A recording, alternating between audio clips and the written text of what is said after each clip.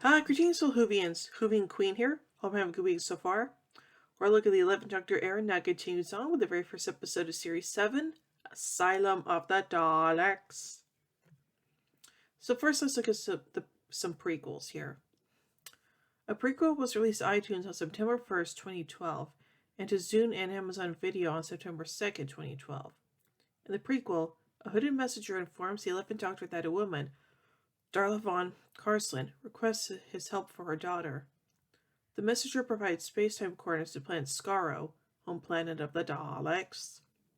In addition, Pawn Life is an earlier 5-part mini-serial prequel to this episode, which was released serially in the week leading up to the premiere. The 5th part hints at Amy and Rory's separation. So now let's take a look at the actual plot of the episode. The Doctor, having been led into a trap by Darla, is kidnapped by the Daleks and taken to the Parliament of the Daleks. Joined by him are nearly divorced Amy and Rory, who have been similarly kidnapped from present-day Earth. The Doctor is surprised when the Daleks ask him for help. The Alaska, a starliner that crashed into a planet housing insane bioscarred Daleks called the Asylum, has ruptured the planet's force field, thus risking escape of the insane Daleks. To prevent this, the Parliament wishes to destroy the planet remotely, but the force field is still too strong to allow that. The Daleks task the Doctor, Amy, and Rory with deactivating the force field from the planet. After arriving, the Doctor, surmising that the Daleks will destroy the planet as soon as he deactivates the force field, plots an escape via a nearby teleporter which will transport them to the Dalek ship. Oswin, a surviving crew member of the Alaska, agrees to deactivate the force field in return for the Doctor coming to her rescue.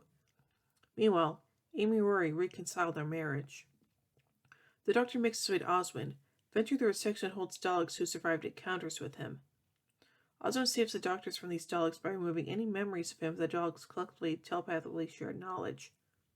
The Doctor enters Oswin's chamber and discovers his horror that she is a Dalek.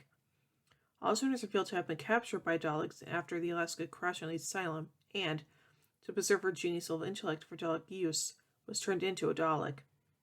Unable to cope with her conversion, her mind retreated into a fantasy of survival as a human. Oswin fulfills her promise of deactivating the force field, making her final request that the Doctor remember her as the human she once was. The Doctor returns Amy and Rory, and they teleport back to the TARDIS just as the planet is destroyed. The Daleks fail to recognize the Doctor, revealing the magnitude of Oswin's removal of the Doctor from the Dalek Hive intelligence. The Doctor returns Amy and Rory home, where Rory moves back in with Amy. Yay! So now let's take a look at some continuity surrounding this episode. Some of the Daleks are survivors of previous encounters with the Daleks on Spiridon and Planet of the Daleks, Kemble from the Daleks' Master Plan, Exelon from Death to the Daleks, Iridius from The Chase, and Vulcan from Power of the Daleks.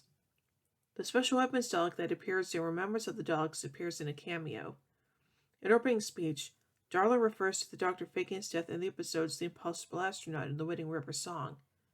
The concept of nanogenes, microscopic machines, is mentioned in the two-parter The Empty Child and the Doctor Dances, also in the two-parter The Empty Child and the Doctor Dances, also written by Moffat. In the closing exchange of the Parliament, the Doctor refers to one of his nicknames, the oncoming storm, first mentioned in the episode The Parting of the Ways. The final question of Doctor Who, besides being called back to the program's title, is the question that must never be answered that Dorem asks at the end of the Wedding of River's song. So now, finally, let's take a look at the production of this episode. Executive producer Stephen Moffat announced in 2011 that he intended to give a rest to the Daleks. The reason for the rest was that Moffat felt their frequent appearances made them the most reliably defeatable enemies in the universe. Moffat recalled that the Daleks were remembered for being scary, but due to their legacy as British icons, they have become cuddly over the years and their true menace forgotten. With Asylum, he intended to make them scary again, reminding the audience of their intentions. He thought the best way to do this would be to show Daleks that were considered even madder than usual. Actor Karen Gillan admitted she had not been scared of the Daleks before working on the episode. It's also the first Dalek story Moffat has written for the show. He stated that he couldn't resist the opportunity.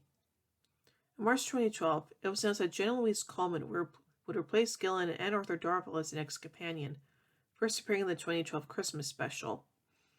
It was Moffat's idea to have her appear in Asylum of the Daleks as the character Oswin. It was not originally planned. Coleman assumed it was part of her audition at first to see which character fitted her best. He intended to keep her appearance a secret, but thanked the press and fans that it was not leaked. Coleman's scenes were filmed over 6 days in a closed set with a green screen which she acted to. Whether her later character was the same Oswin was not confirmed at the time, but her appearance in The Snowman makes it clear that there is a connection. Coleman played each version of the character as individuals with trust that there will be a payoff to her mystery. Asylum of the Daleks was written by Nick Curran, who directed The Girl Who Waited and the God Complex of the previous series, as well as the 5th episode of the 7th series. Asylum of the Daleks contains many of the Dalek types that the Doctor has faced over the years, including the special weapons Dalek for the 1988 story Remembrance of the Daleks. According to the Daily Telegraph, the production team located the remaining models of the various versions of the Daleks and shipped them to the studios in Cardiff Bay. This included a Dalek owned by Russell T Davies, Moffat's predecessor. Executive producer Caroline Skinner knew Davies well and asked to borrow his replica. She said that he was thrilled that it was canonized. The total number of different Daleks was around 25, with models from 1963 to 2010. Skinner said that there was just a real magic and sense of history about having them. Moffat was concerned about how all the different Daleks would look together, but was pleased once he saw them. He commented that the diversity made them look like a species rather than identical robots. Many of the props were built from scratch. The snow scenes on the Asylum planet were filmed in Spain during the production of a town called Mercy. Music featured in the episode are the habanera from the George Bizet opera Carmen, which is diegetically, and Feel the Love by Rudimental is also featured. The Doctor Who logo in the title sequence featured the texture of a Dalek, in keeping with the varied blockbuster themes for each of the opening titles of the first half of the series. So overall, I think it's a pretty darn good episode, and, hey, I'm a sucker for a good Dalek story, so there you go. So overall, I give Asylum of the Daleks 5 sonic screwdrivers out of 5. Well, anyway, tune in next time as we take a look at dinosaurs on a spaceship. Well, hope you enjoyed that review, and if you did, be sure to give it a thumbs up, share it around, and don't forget to subscribe and hit the bell icon to be notified about when I upload videos. And when it helps support my channel, then be sure to check out my Patreon page. Link, as always, is in the description below. Anyway, until next time, this is Sylvie and Queen saying, "Oh my giddy aunt! When I say run, run! I prefer to the neutron flow. Would you like a jelly baby? Fantastic! Allons-y! Geronimo!"